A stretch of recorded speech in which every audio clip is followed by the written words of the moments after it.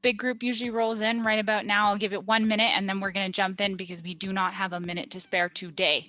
We need to start on time. Oh man. Welcome, folks. Please do let us know in the chat where you're coming from. If you're new, we'd love to know where you're coming from.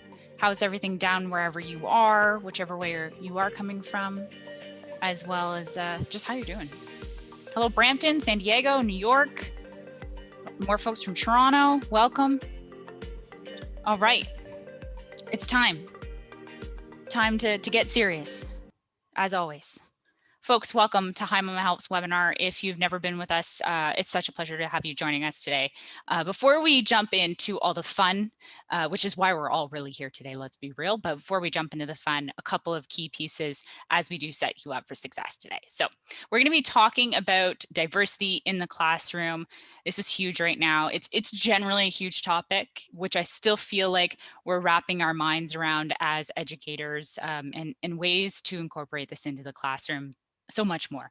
And I think with COVID now, it's brought so many things to so much more light. So I'm excited to have further conversation today about this. But before we do, as always, we are not your legal or financial advice by any means. I am the last person y'all would want to seek for legal advice. Trust me. We know that each state, state, province, wherever you may be, different regulations, rules, things like that are set out. But just, if you are looking for any advice, especially if it comes to licensing advice, financial, legal, all those sorts of great important things, make sure you are consulting with the right people beforehand and before making any really serious changes within your classroom, within your center, wherever you may be, okay? Sadly, that's not me. We're gonna start with our land acknowledgement, so let's give a quick listen. Hi Mama acknowledges that our main headquarters is situated in Toronto, Ontario, on the traditional territory of many nations, including the Mississaugas of the Credit, the Anishinaabe, the Chippewa, and the Haudenosaunee and the Wendat peoples, and is now home to many diverse First Nations, Inuit, and Métis peoples. Toronto itself is a word that originates from the Mohawk word Takaranto, meaning the place in the water where the trees are standing. As participants and guests in today's webinar, we are coming together from many different places around the world. We encourage you to learn about and acknowledge the land from which you participate. And finally here, we're just going to give a quick listen to our diversity and inclusion statement. Hi Mama is committed to fostering an inclusive and welcoming environment for our employees, customers, and community. Hi Mama welcomes and celebrates individuals of all backgrounds, orientations, and identities. Our Diversity, Inclusion, and Belonging Committee aims to ensure we provide a safe environment for everyone to thrive while bringing their authentic selves to work. Our mission is to promote an inclusive workspace for all employees through education, discussion, and celebration of our differences. Embracing these differences while coming together with a common purpose is what makes our team extra special.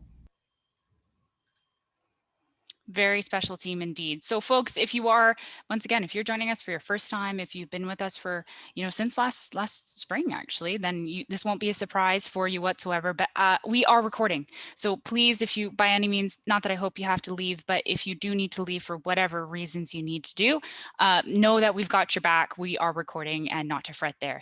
The other thing is as well, we do have the closed caption. So if you do need that, you can turn that on. We also are recording it for you there. So if you do need to take advantage, I highly recommend, please do. Next up, certificates, slides, show notes, everything will be sent out by early next week. So please don't be shy. Just keep an eye on your inbox. It will be coming out from myself here. So just give me a bit of time to get it all sent out. But by early next week, you should have everything. So if you are potentially accessing the recording, you will have access to a certificate there with the download email. And if you're with us here live today, you will get sent a certificate to your inbox. So just keep an eye out for it. Last but not least, if you're having any connection issues, please do seek support.zoom.us. They are the folks who know their product the best. They're the ones that can definitely help you out the best. This is why I have husband IT. That's my level of IT, folks. Just joking. But if you are having issues, please do seek support. They will help you out. They're there to do though. Before we jump into the fun, if you've never heard of us before, where have you been? I'm just kidding.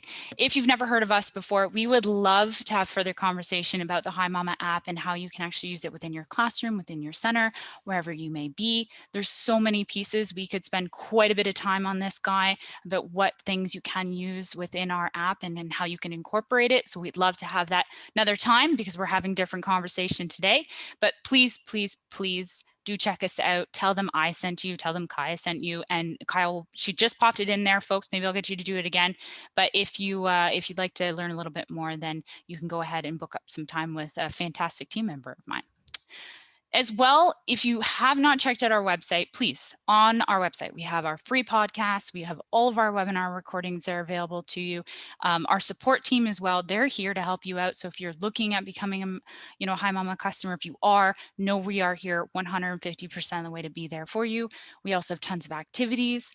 And as well, if you didn't know, we are a B certified company. And what this means is that we actually make a positive impact, and in this case, on the education space. That's the space that we work with. To help make it a better and progressive space as well. So just so you know. Before we do intros, would love to know, folks, I'm going to launch the poll here. Come here, poll. Would love to know who's joining us today. I know it takes a second here to come up, so you should see it come up in just a moment for yourselves. But would love to know who's joining us. So if you're center owner, director, whoever you may be, administrative side, if you're an educator, parent, teacher, whoever you may be, we'd love to know who's joining us today. So please take a moment to fill this guy out. And then as well, what are you doing? Are you guys talking about diversity and inclusion with your centers right now? Your parents, your children, your family members? What's happening? We'd love to know. So just take a moment, fill that guy out. I'll leave it open there for you. I know it takes a moment, and then we're gonna actually have fun. All the fun is ready. I'm ready. I'm sure you guys are ready. For folks just joining us while you're answering up those polls, please do make sure to pop your chat over to all panelists and attendees. This way folks get to see your great conversation, comments, things like that. Fantastic. Give you guys a couple more seconds here. I know it takes, like I said, takes a moment. Technology is there working for us. We have tons of educators here with us today. So glad to see you all. Hope everyone's doing well, staying safe. And for the most part, we're talking often, anywhere from always to sometimes. So we're having quite a bit of conversation, I think, happening. And I know it's not an easy one, especially with COVID. COVID put a lot of limits on our conversations, but it also pushed us to become creative, which I thought was super interesting. Folks, one more, I'll give it 10 more seconds here just to give you guys a moment because like I said, I know it takes a moment. Thank you so much for those who answered up our poll here. I'm just going to click on, we're going to end it up. Thank you so much. You guys, sorry, won't be able to access that anymore. So not to worry though. Not to worry. If you've never been with us before, I am Ria. I am the host of Hi Mama Helps webinars. And on the chat is my lovely colleague, Kaya, my partner in crime. Could not do this without her. Fun facts. I think I'm running out of fun facts for today. I'm getting ready to go on vacation. Looking forward to that at the end of July. But Kaya, any fun facts for you today? You've just come off a vacation like myself too. It's been a Yeah, busy I just week. I just came off vacation. I'm still in vacation mode. So yeah, I'm over here in the lovely Kingston. I know we have a lot of customers and some webinar attendees joining us today. So yeah, very excited to be out of the city and the grind of Toronto. So happy to just be a stone's throw away from Toronto. But I am on chat here if you need absolutely anything. And I'm super, super excited for today's guest. Jordana is an absolute gem to chat with. So I know everyone here is in great hands. You're in for a treat today. I am also excited. Folks, any questions, things like that, do contact Kaya through the chat. She can help you out as well. You can use the Q&A button. Without further ado, I want to kick it over to our special guest today, Jordana. Please do join us. Maybe you can give us a fun fact, Jordana, about yourself. I'd love to hear one. Hi, everyone. A fun fact about me is that it is work to be positive. Although I teach positive attitudes and positive thinking, it is work. And it's something we all have to adjust to. And Ria was mentioning the pandemic and what happened and so on. So a lot of people I talk with are struggling with, well, okay, how do I get back in the groove and feeling comfortable about getting outside? So I just want you to know that although I teach being positive, I work on it every day. I think it's a work no matter what, no matter where you are, what you're doing, what job, doesn't matter. You got to put work into it. Jordana, I'm letting you take the stage. You got the power. I'm so excited. I'm excited for the comments that are going to come through on the chat, but the screen is all yours, my dear. Please Great. take her away. Right. I'm ready. You all, we're going to be talking about celebrate diversity in your classroom. And let me get started here. My name is Jordana Shakoor, and I have been training for at least over 27 years. And I love my work. It is exciting work that I do. I get excited about it, and I work with Job and Family Services, Children's Services, Community Action, Head Start programs, preschool programs. And this particular course, Celebrate Diversity in Your Classroom, is for, of course, for preschools. But it's also, I use it in the Head Start program. When I'm doing adults, or I should say in the workplace, there's another course is called Diversity in the Workplace in the 21st Century. So I've incorporated some of those things in it. I have two children, a son who's an attorney in Tampa, Florida, who flew to the Dominican Republic just yesterday. So he just missed the storm, well, barely, got out of town, got to Orlando and flew out on the plane. So I'm a nervous wreck. He's gonna be there for about a week. And you all heard that the Haitian president was assassinated. So I'm a little bit nervous. I have a daughter who's also a law school graduate. She sometimes works in the company, but she's in HR for another company. And I have two grandchildren. My grandchildren, I didn't show pictures of them today, but they're on my website, and they're biracial kids. So I love them, and they're exciting. And a lot of things I do for my family. So, and also an author. I wrote a book called Civil Rights Childhood. It's in the third printing. It's published by the University of Press in Mississippi. So you'll see a lot of what I do. I do a lot of research. So we're not going to just talk about diversity in the classroom and how to do it. We're going to talk about why you should be doing it. So without further ado, I tend to talk fast. And I mentioned to Ria and Kaya that when I'm developing training, it's always with 6 hours of content. So lots of content on here, more than what we can use. So when you have questions, be happy to answer questions afterwards. But we have more than we can talk about, and it's purposeful because I do want to pique your learning and want you to reach out to me and learn more, and also do your own research. So our learning objectives today are to teach the importance of maintaining a positive self-image. This PosiPower concept means that all elements of training begin with self. We talk about the importance of feeling good about oneself. So no matter what we're doing, I'm teaching a class on sexual harassment, it's in there. I'm teaching a class on customer service, of course, is in there. People who feel good about themselves tend to treat people well and want to do their best. It's in all the trainings I do, and we do lots of trainings. Over 27 years, we've developed the skills and the expertise to teach about lots of different subjects. And one reason is because I do a lot of research. This particular course, all about diversity, of course, but also about what's happening in the country. So you'll see as I get into it, you'll see what I'm talking about. We're going to discuss why it's important to celebrate diversity in the classroom. We want to increase our understanding of culture, ethnicity, and race. And we'll give you some of what those terms mean. Also, just to dispel isms, racism, sexism, all the things that are cropping up. And again, I'm going to tell you straight up, this also starts in preschool, because a lot of times we have people who are teaching, they have attitudes or they have certain biases that, of their own. And to raise the self-esteem of our children, all of our children, we want all our kids to feel good about themselves, and to promote the concept of a global village. I'm glad to see, some of you are from South Africa, Nigeria, and, different parts of Europe, different parts of the States. Toronto, I've been there 3 times, love Toronto. It is big and I love it. I like the diversity there. So we think about this thing about being positive. What are the attributes of being positive? And I do a lot of virtual training. I know I'm answering some of the questions myself because I can't see you all. I love interactions, because people tell me that attributes of being positive are people who, talk positive, say positive things. At the same time, we can tell by the look on their face, the fact that they're smiling or receptive. And then I usually ask this question: can you be too positive? And then some people say, well, yeah, no. Some people say, yeah. Some people are so positive, they're sickening. And one of the things I respond with is that your positiveness should make people feel good. If they want to kick you, you're doing it all wrong. So our positive self-image is something that we always work on. It's our self-worth, our value of ourselves.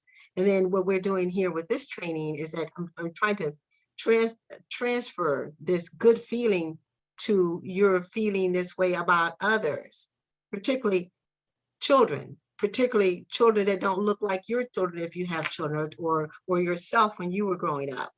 And so this is what we're going to be doing. The attributes of your positive self-image translates to everything that we do. And then I'm going to incorporate it here in this training. Why are Posi teachers more accepting of students who are different? And generally I get the response is that, and you can interrupt me, Kaya, if you see a chat there come up. Sometimes I look at it, and sometimes I'm host, I have to do it all. But people tell me that that being different for themselves growing up, they were considered different. And so if as a teacher, I call them positive teachers, these are teachers that are mindful of being positive, mindful of the importance of projecting a positive attitude and being receptive to people who are different. So how are they accepting, of differences? I'll be showing you here in just a second. And what are appropriate ways to demonstrate acceptance of students? And we have, things that we do with kids, we let them approach us when it comes to hugging and so on. Sometimes kids are going to kiss you, they do it impromptu. We know that we can't kiss kids. When I grew up, I had teachers that would kiss us on the cheek. And it was just such a highlight to get a kiss from a teacher. That is, would not be considered appropriate today. But this is how things have changed. I'm saying it necessary to make those kind of changes. But I'm saying, how do we demonstrate, the pat on, on the shoulder, and then letting the kids give you a hug and you hugging them back, things like that. And I have here at the bottom here, yes, positive teachers are awesome. Let me tell you what some positive teachers are doing. One of the things that we talk about when it comes to positive teacher is that a positive teacher demonstrates acceptance of diversity in the classroom to all their students, especially challenging students. And what I have here first is that they smile, and smiling with the eyes, and it's called smizing. Models do this. They talk about, when they're out there and they're smiling, their eyes glow, because you can smile and your eyes don't smile. Smiling with your eyes, smiling with your voice, because you can't say I'm positive and it doesn't work. Your eyes need to say it, your voice needs to say it. And so we're smiling to children, and they can see in our eyes a reflection of themselves that is positive. And also the way we greet parents. The parents walking in, and there's some teachers, I talk about this, very candidly, and sometimes we make jokes about it, that there's some great kids that got some problematic parents. And so, but being receptive to these parents and speaking to them, good morning, Good morning, Mrs. Brown. Good morning, and so on, Mr. Joe or whatever. And it was also, demonstrating our good reception to these parents, because children see this, they get it, they figure it out, like my mom, like my dad, and so those things are important. So how we demonstrate these things, particularly if there's someone who is of a different race and culture, because the minute that you are not as receptive, they tend to think that you don't like them because of their skin color, or their dialect, or their um, um, you know whatever ethnic background, or the way they dress, or whatever. It could be you don't like because they're jerk. But and I usually, if I'm doing this live, people laugh. You get what I'm saying. Not everything is about race, and sometimes it is. Sometimes it's that they're jerk, and it's a racial issue, and sometimes it's just a misunderstanding. Sometimes it's prejudice coming from the teacher, and I've had this, and I'm going to be addressing that today. One of the ways to start is like teaching kids different kinds of greetings. You can spend a month on the English. Hello, and then the ways to say goodbye, and ways to say how are you feeling, and then you can spend another month on Spanish. Buenos dias. I've had Spanish for 3 or 4 years. I'm not great at it. The more I do it, the better. The easier it comes. I understand Spanish more than I can speak it, but when you're teaching it and you make it a theme for the whole month, and audios and all kinds of different words. And so I won't try some of them today, but when you're doing a thing, it's so easy to do. And if there are Spanish speaking kids in the classroom, they love it. Bonjour, shalom, I won't go through all these, jambo, and then all these different language. And I don't want to touch up some of these, but you see what I'm doing here. From September to June, or all year round, some of your programs are open all year round. Choose a different language for greeting, and for sharing, and for saying goodbye. It's a way to introduce diversity in the classroom, and have kids enjoy it, and have kids learn it at the same time. Talking about the weather, one of the things that Ria was asking, how's the weather down there? And some people were typing in Mississippi, which is where I was born. I do a lot of work in Mississippi, working with community action and Head Start programs in Mississippi. I was born in Greenwood, Mississippi. So Mississippi is home. Mississippi's had a tough year where they had flooding and pipes and things like that need to be replaced. So how's the weather in Mississippi? So then you can ask people when the kids are in the classroom, because a lot of your preschool classrooms start this way. You look out and you see, it's a cloudy day. What does that mean? It's going to rain. It's sunny. What does that mean? All right, then you can turn it up and say, all right, what the weather's like in Japan? Get the globe out. Start looking, do some Google search. Oh, it's in Japan, particularly in Japan. And what's happening? What's happening in South Africa? Wherever you want to go, you just do it for fun, but you're teaching. And if this is paired along with your, language of the month, it works beautifully. And storytelling time, storytelling time, we're going to be talking about quite often here. And you all know a lot of the diversity is in literature. Now, when I was growing up, we had, Dick and Jane, See Sally Run. Some of you know what I'm talking about. It's definitely dating me, but we didn't see Black kids in books, not in storybooks.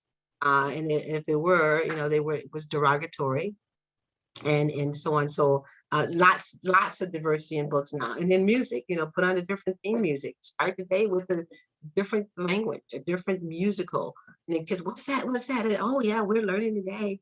This is Jamaican music, And so whatever it is, that's the way to start. And so one of the things I want to talk about here is that what is diversity? What's meant by diversity? And diversity includes lots of different factors. There's ethnicity, there's gender, sexual orientation is part of diversity, and we'll talk about that. Economic status. I know we have kids that are, affluent kids, and kids that are, low income. They're part of the classroom. They're working together. And then we have kids that are in very affluent areas that don't know what it's like to live on the other side of town. They don't know what these kids are dealing with. The abilities, physical abilities, age, religion, beliefs, political convictions. There are families that are where it's a big deal to be Democrat or Republican or whatever. So those things make up our diversity. And then also actors that work together to inform students and teachers and everyone else that encounter the world. So the thing is that diversity is lots of different things. You'll see me talk about some other definitions of diversity. I wrote out and studied and defined diversity as this, is that understanding that each student brings unique experiences and strengths and ideas to our classroom. Diversity is exploration and incorporation of these differences to enrich learning in our class. So it's purposeful. We're doing deliberate things to teach diversity. In a positive classroom, and again, I'm talking about this posi teacher, and that's a word that I coined 27 years ago. Posi teacher, posi parent, posi kids. These are kids that are mindful of being positive, mindful of having a positive mindset and how they feel about themselves. In a positive classroom, there's respect, there's communication, there's positive talk, it is deliberate. There's encouragement, is how it's done. There's fairness, and that fairness may even come down to equity. It may not be equal, but equity. Some kids may need more than others, and that's what makes it appropriate. And kids in the classroom know this. They know that they're not being denied because another kid needs a special accommodation or maybe need a hug that day. There is praise. There's a committed teacher. There's fun and humor. There's learning taking place, and children are becoming their best selves. I mean, all children, to the best of their ability. That is the objective. And then I also want you to think about this. I want you to ask this question of yourself, you know, and be honest about it. Are you comfortable with differences? You know, some people, you know, they do this in diversity training. Particularly in preschool, a lot's been talked about, you know, celebrate diversity in the classroom. And then as we go up into the higher grades, and then some of the ugliness coming out is that we don't want to teach history. We don't want to talk about slavery. We don't want to, in some cases, to even pretend as though slavery didn't happen, that it was workers who came here, you know, versus people who were enslaved, or that a teacher just in the recent months said, you know, that it wasn't that bad, that this didn't happen, that the whippings didn't happen, that the murders and the lynchings didn't happen. So those things that, you know, are we comfortable with differences? Are we comfortable talking about differences if it's going to translate to understanding why people may be a certain way, why people may have come to your city? Did they come as refugees? Did they come as sponsors of visas? However, you know, so diversity can bring up lots of different things. So and some people say, well, yeah, I like diversity. And within homogenous groups, there's diversity. Because sometimes I'm doing a training and everybody in the room is white to me. And I have to tell them, yes, there's diversity here. We still have diversity. But some of you think differently. You'll see as I go on here. Is that before we get, let me go back here, this one here. And I do want to say this as a disclaimer, because this is an absolute fact. And I want you to understand this, is that most people, I would say everybody has some type of prejudice. And I mean, and I want to say it in a better way, maybe say biases. People are more comfortable with people that look like them, tend to naturally, their own kind, if you will, with their own native language. When you speak English, or if you know Japanese or Chinese, if that's your native or language of origin, it comes to you comfortably. So when you get out of your comfort zone, you feel a little bit hesitant. So when I'm using this word prejudice, I don't mean it in a negative way. I'm just saying that when we're mindful that we may have biases and certain prejudices, that's when you work on it. That's when you are thinking that I need to make an adjustment. I need to be accommodating, or I need to learn, and I need to listen. You know, and there are certain things that you don't say or think that may come to mind when I think this about certain people. And again, I've met the best of people. I've met the worst of people who justify saying certain things about people. So I'm not going to say that there's anyone who is completely without bias. That is not true. But what makes sense is that the people who work on it, they understand it, and they are mindful of being their best selves. And again, I will also want to make this statement is that people who feel good about themselves do not feel good about themselves by the basis of putting other people down. So this self-esteem is rooted in a self-value, not at the expense of someone else. And that's part of it. So anyway, comfortable in their own church, in their own neighborhoods, work with people like themselves. That's generally a comfort zone. But are you willing to change the way you think? Changing the way you think is understanding that we need to be inclusive. We need to be inviting, and not just because we have to keep a job or we want to, we want to, work here. I need them. I need the income, so I gotta be nice to these little kids. I don't particularly like them or understand them, but I need to keep a job. Are you willing to change? So you want to think about it from that standpoint. I also want you to think about this because I do a training, as I mentioned, with adults. And we start out with a big sheet of paper, and people would draw pictures of themselves.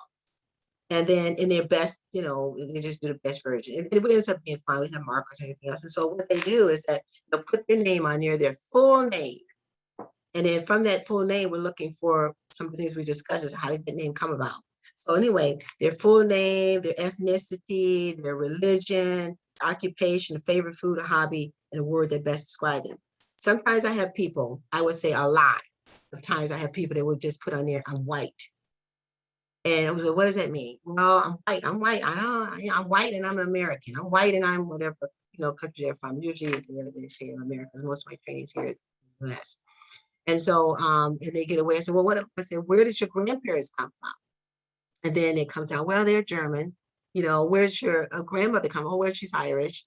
How did she grow up? How did you grow up learning that? Yeah, she was a proud Irish.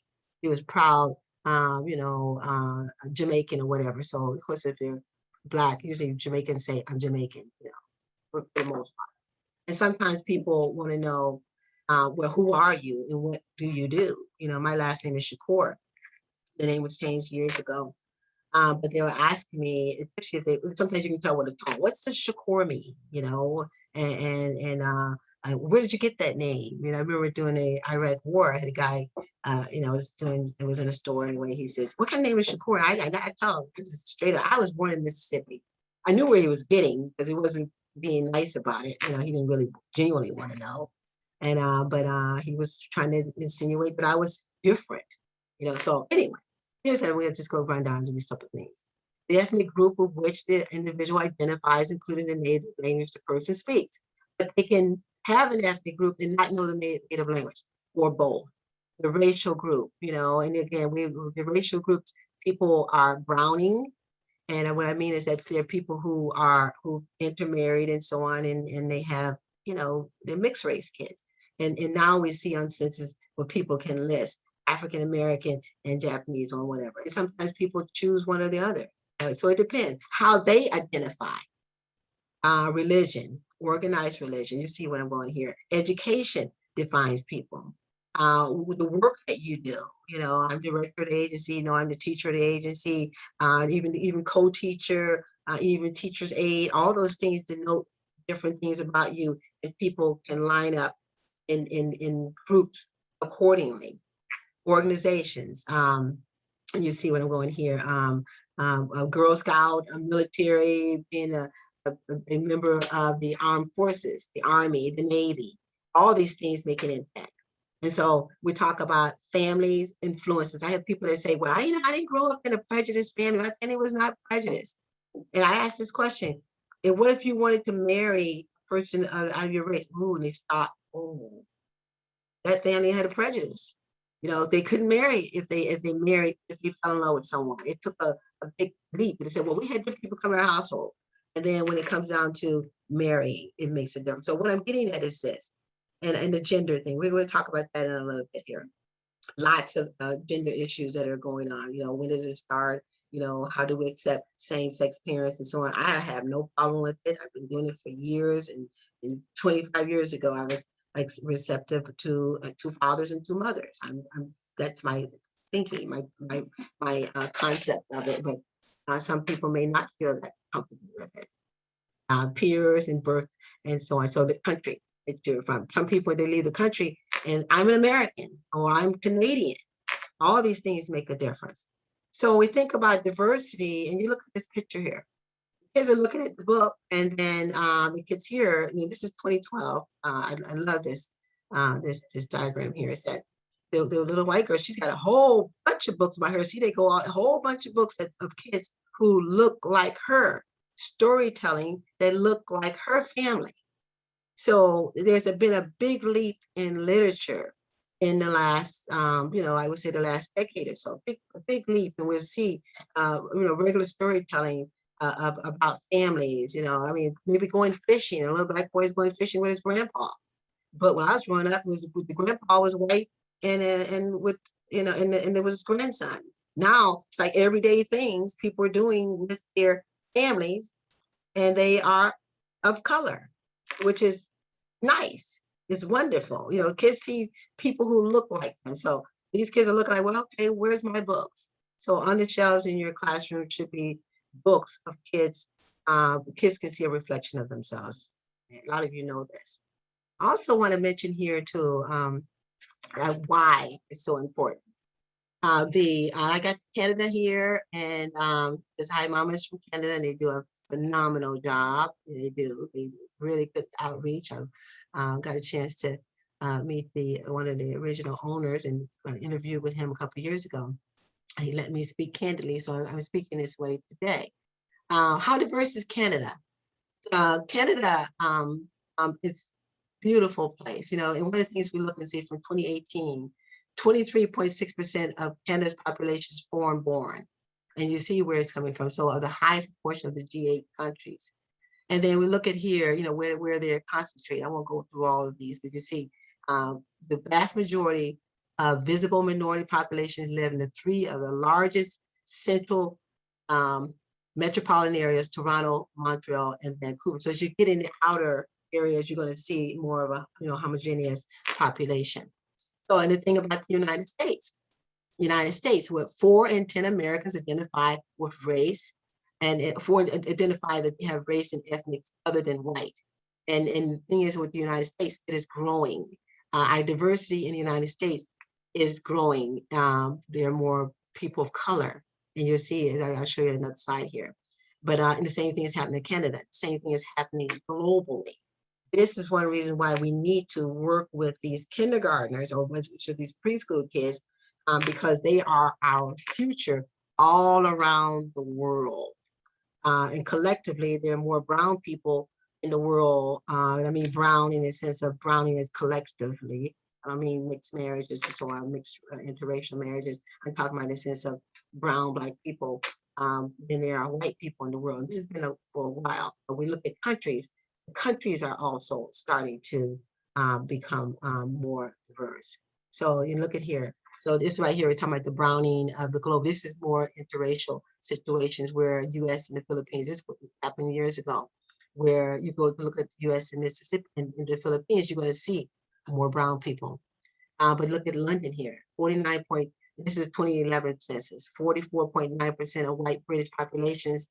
Look at that percentage there. And then versus 37% outside of the kingdom. So it's the London, the UK area is browning, and you look at Germany, Germany area, Asians, primarily Vietnamese and Thailand, so Thai people that are living in Germany, in Germany. So it makes all these things are impacting schools. When you look at what's going to happen in the future, so we look at 2019, listen, I have the research here. Today's kindergartners offer a glimpse of tomorrow's demographics. And so we see kids that are what's growing with kindergartners. For the last 8 years in the United States, the biggest influx of kindergartners have been kids of color. And a lot of these kids are Hispanic children, Black kids, but particularly Hispanic children, Mexican kids.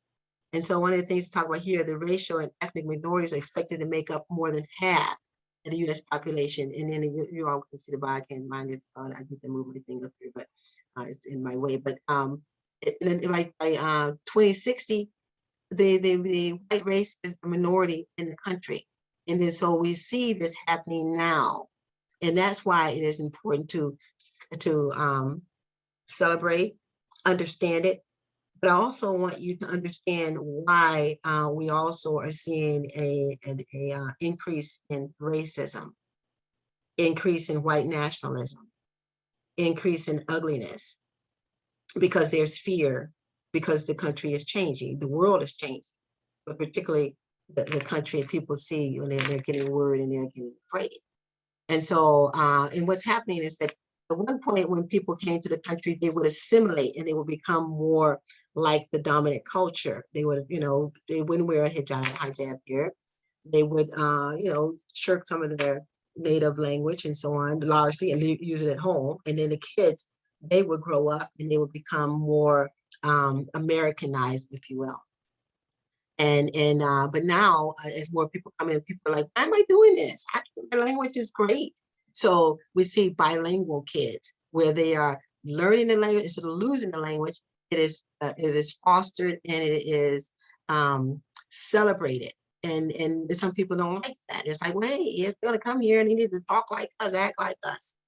And so, and this is happening in a lot of countries. So we see that where people are upset about just mentioned here, this hairstyle. We've had white teachers that have cut black kids' hair, cut off braids, have decided that, hey, I don't like the way this look. This is not nice. We've seen it with the big kids and the little kids. They've gotten very bold about it. So I just want to make certain that I want you to understand that why diversity is so important, but also why there's so much conflict now when it comes to it. And so, and when the thing is happening is that children that are coming are remaining proud and comfortable with their difference. And some people are upset about that, so they're having to adapt. The literature is having to adapt. So anyway, and then some of this is really influenced by religion. Again, forgive me for talking fast, so much I really want to talk about, but a lot of this has influence with religion. Some of it is influenced with just the fact of where they live. They're living more among themselves. There are parts of Michigan, and I do a lot of training in Michigan. Parts of Michigan, big Muslim population. But why do children need to learn tolerance? Because we're also seeing little kids treat each other not so nice. And where are they getting it from? So people say, oh, yes, parents. Yes, some parents are deliberately letting kids know that, you're better, and these kids are not so nice, not so clean or not so whatever. And so it is creating some issues. And so it's a different diagram here, but there's a wide tolerance in children. They need role models.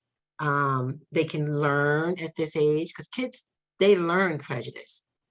Otherwise, they got their arms around each other and they're hugging and they're playing and they're giggling and they're not asking a whole bunch of ugly questions and so on. They're just happy to be playing together. And so now we're seeing, some of the ugliness coming out, and it's not nice. So the thing is that you see just clearly better human beings as they grow up. So I can't go into all these, but you see what I'm talking about here.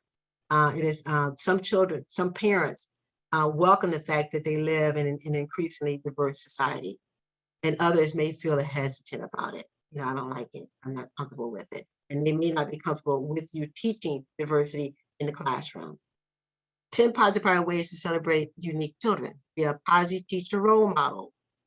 Again, I talked about what that is. It's reflective of your own value of yourself, but also that you're comfortable enough with yourself to be to treat kids, with respect and to inclusive of all the children, not just the kids that look like you, the kids that are very different from your upbringing and so on. So be a Posi teacher, give praise and affection, listen effectively, help students to focus on positives, advocate for students. We'll talk about more about that in a little bit here. Encourage the students to take risk, talk positive about others. Kids pick up tone. You'd be surprised. Kids can catch an eye roll. Kids can catch a sigh. Kids can catch a lot of different things. And when you are celebrating diversity, make it purposeful, not haphazard. I've seen people throw stuff out there and not really do a whole lot of explanation. And if you have a rule, treat everyone nice, and how to say please, how to say thank you, how to be mindful of people, how to say you're sorry and what you're sorry about, and what should not have happened, what you could do differently, is also, that's for all students. And it's easy to not, have the kids thinking, I need to be nice to those kids because they're different, versus we're all kids and we need to be nice to each other and learn together. So to encourage multicultural friendships. They're comfortable. So here's one of the things we're showing. Kids with showing early signs of intolerance, put downs, taking things away from kids that may have problems, maybe kids that may have physical challenges. I've seen kids laugh at other kids that may have difficulty walking, or they may dress a certain way, name calling, hitting, fighting, avoidance, making faces, smirking, hand gestures, thumbs down, or, push away or so on. And then mimicking their dialect or their language or their accent. I've seen kids who are being treated this way get quieter and quieter. I have a master's in education. I didn't mention that when I started, but also I've gone into many school districts and sub. One of the things that's given me a lot of credibility with working with teachers is that I know what it's like to be in the classroom, from the babies to the seniors. So I see what's going on, and I see that in some environments it is not tolerated. In some environments, teachers look the other way. Children showing signs of prejudice, refusing to interact with those kids, unwarranted signs of fear. I don't like, I'm worried about them. Unchecked displeasure, a willingness to victimize, to be hurtful. And then also seeing other kids don't play with so-and-so kids, and using words like the N-word, or calling kids gay and is an ugly term, and aggressive behavior towards certain children, and stalking and bullying. It escalates. They got little kids now have phones, so much less the bigger kids, with texting. And that's, we're seeing that even in third and fourth grade. So PosiPower tips for managing diversity conflicts in classroom. Again, be a positive teacher role model, maintain a positive, nurturing environment, never allow stereotyping to go unchecked. Those people are dirty. What do you mean? Why are you saying this? Well, because they are, and if they say because they're brown or they're black or because they're white or whatever, because it can go either way, and make sure that it is refuted. That's not true. Always talk positively about physical and mental attributes, characteristics. They're dumb, they're stupid. Some kids may have more difficulty reading. ESL students are extremely bright. Again, I'm stereotyping here. A lot of them work very hard, math skills and so on. At the same time, the language skills may need help. So it's not that they're dumb. They're learning the language, and when they learn the language, they have those skills, and they have the other exceptionals. Have a zero tolerance for put downs. Teach conflict management resolution skills. How to talk to each other. I'm upset about this because you pushed me. Let that be, you pushed me, that was not nice, not because you pushed me because you are, bad because you look a certain way. And then why celebrate diversity in the classroom? Why is it important, for children to feel positive about their own race, ethnicity, and culture, and gender, and physical limitation? A lot of these are just no-brainer. It feels good, you're happier and so on. But again, I have a list of here, all the different things. We have kids now that are coming to school in preschool, and parents have decided that they are maybe a boy or a girl, and they're dressing them accordingly. We teach children, to respect, to be nice. You don't have to, do a whole bunch of commentary on everything, but we teach the basics of being nice and respectful kids. That's going to make a huge difference. Children in ideal school settings feel valued. They feel respected. They feel protected. They feel nurtured. They feel happy. They're not like a kid can't wait to get to school. They can't wait to get there, and making certain that they would, make sure that they are happy there. Here's what somebody said here. Would you suggest any specific action for children who are showing discriminatory behavior that they might be picked up at home? Yes, absolutely. Yes, absolutely is picked up at home. In some respects, sometimes it's picked up by peers, sometimes picked up by older kids, you know, so, or I mean, I should say older siblings is what's happening. The thing is that it is preponderant upon the teacher to address it, and try to do the best not to, you know, get a great big old, you know, wow going on, you know, what I mean by big lawsuit going on, you said this, you said that, and everything else. But it should be addressed. A lot of times things get out of hand because it's not addressed. And what some of the suggestions have been to kids who are going through some things is that maybe you should take your kid to another school where there's more people like you. That is inappropriate. And so what happened is that some environments are not comfortable letting certain people know that it is unacceptable, that it is hurtful what they're bringing in, and the type of anger and the type of hurt that they're bringing in. So I do think it is important that to the schools, that the administration, you know, that they have a policy, that they don't have kids that are being treated badly and being afraid to address some of these things that are coming from home. You know, I think that is very important to do. You know, sometimes it's political. What I mean by political in the sense of they feel like, well, I'm alienating these people, and these people. So we have a problem in the U.S. A big problem in the U.S. when it comes down to people talking about immigrants and so on. At the same time, we have a population that is not populated or not growing as fast, and we're going to need a lot of immigrants in the future. We're going to need people in the country to help things work in the country. I mean, that's what the stats are showing. And we need to educate people about that. And that change is happening and progress is happening. And that the population growth in certain segments of people are not growing, particularly among white people. They're not growing at a faster rate of people. Isn't more older population is what I'm saying. And so people decided that I don't like these people. At the same time, we're going to need more people of color who work definitely in the United States. This for certain. And so anyway, children in ideal setting, they feel smart, they feel determined. So these diversity classes and attitudes are so important. I won't pull up any of these, but these are some of the classroom activities that I saw online. They were wonderful. I mean, they're and I deliberately pulled ones that I thought were, you know, really pretty good. I got a little bit of everything on here. One is home based. One of this one here is a home based. It just does a beautiful job, and she has a home based a daycare where she has 5 or 6 kids, but she's also an educator, so she does it from her home, and she's got, you know, different types of dolls and activities where she's inclusive about kids, and the type of like say they're doing cooking and they have dolls that are, you know, mixed race kids or black kids, or, you know, in the same with everything, puppetry and everything else. It's all different. Yes, I would send somebody's asking me, would you please give us some references about conflict management solution?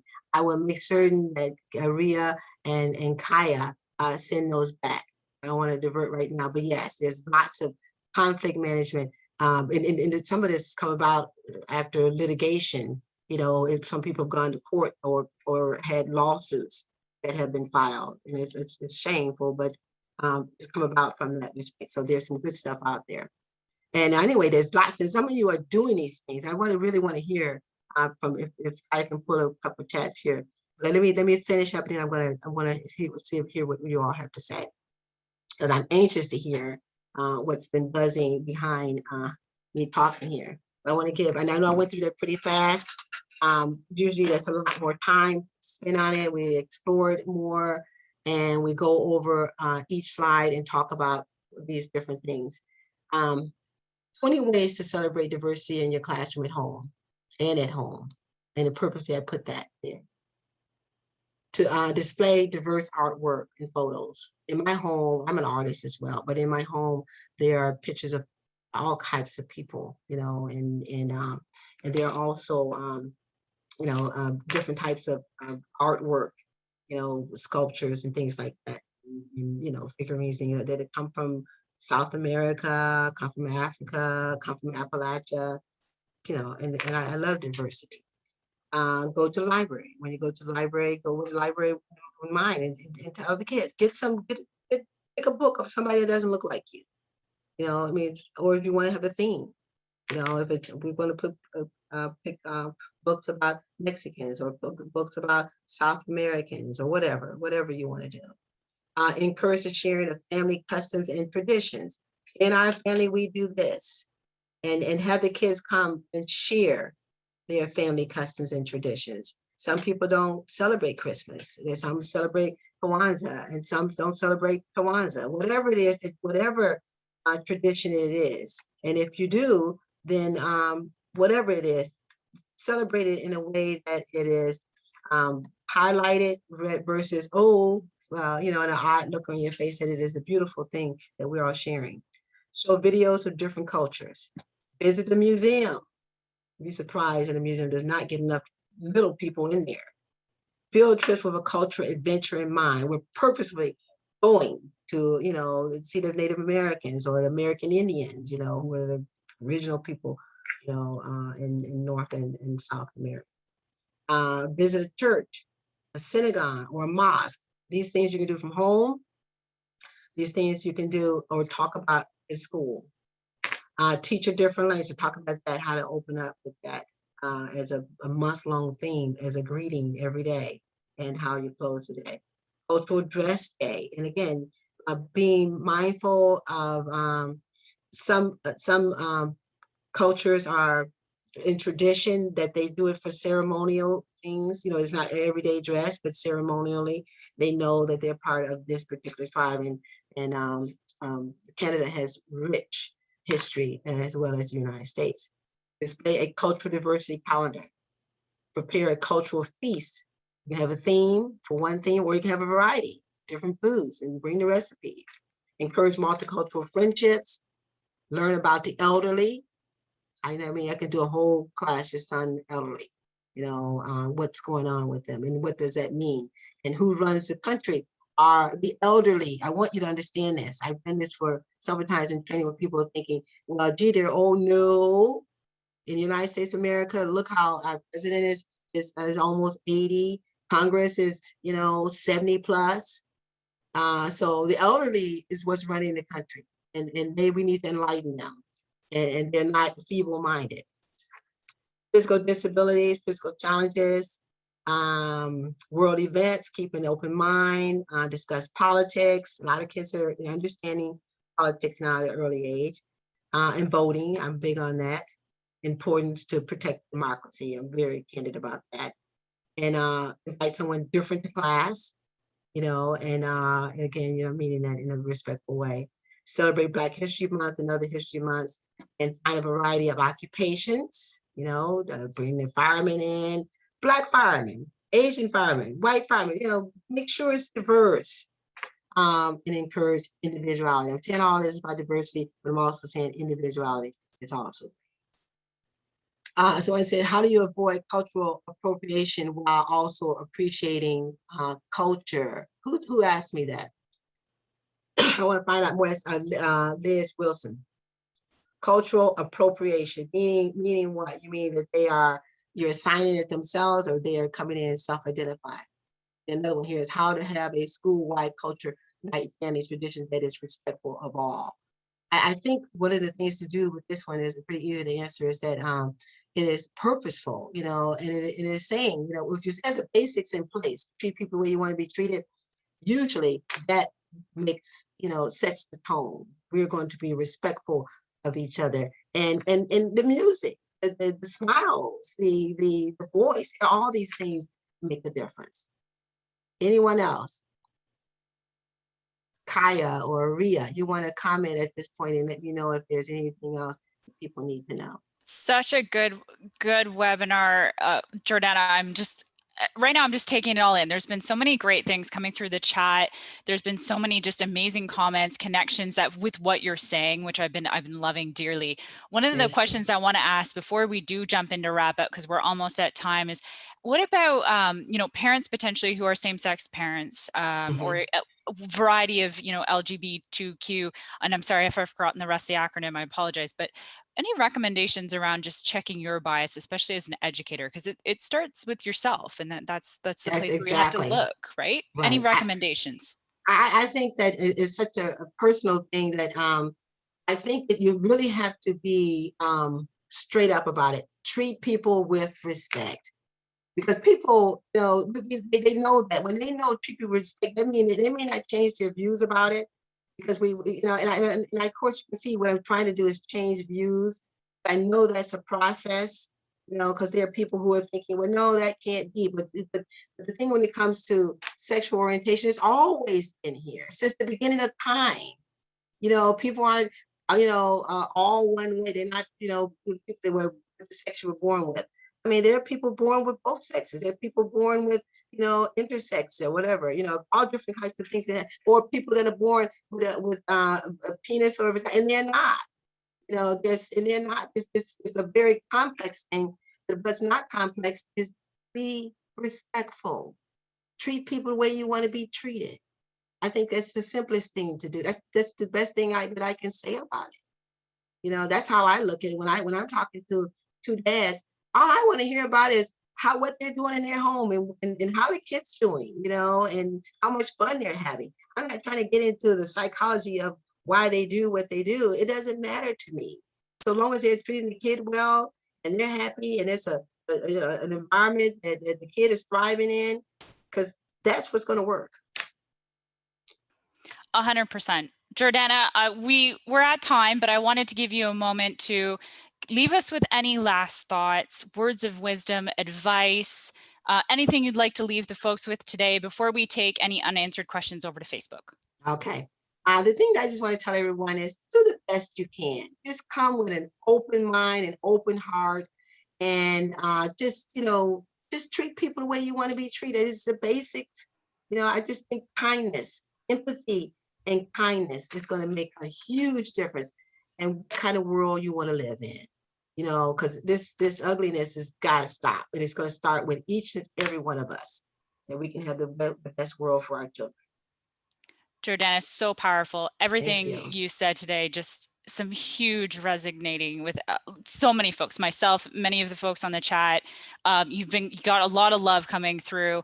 Thank you for so much you do, for the impact you make, for the changes that you're advocating for just the viewpoints as well, for people to just take away some great thinking and really just thinking about themselves. It's been so powerful, and I cannot thank you enough for being a part of today. Thank you. Appreciate it. Folks, happy to be a part of it. Thank you so much for joining us today. I'm just going to kick you off here, Jordana, for a moment. Okay. Don't fret, you're not going anywhere yet. But if you haven't had the chance, folks, please do head on over to our Facebook page, because we will be taking any unanswered questions there. Jordana made a quick post. Please do pop your questions there. She'll take some time to answer it up for you. Enjoy the rest of your day. But if you're looking up for next week, we're talking about hitting. We're actually bringing back Dr. Kara Goodwin, who was with us back in June, to talk about some aggressive behavior, which I think is a great, wrap into what we've been chatting about today. We've had some good segues from each of the webinars recently, so I'm excited to continue this role as we do go through.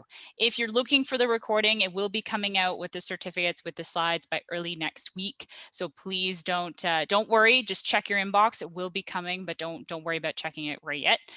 If you haven't, please do check us out online. Follow us on Facebook, follow us on Instagram, check out our podcast. I'm actually going to send Jordana your podcast you did with Ron quite a ways back there. I'm going to link that out as well in the show notes so you can give a great listen, because I still think everything in there is very relevant of what's been going on. So appreciate it.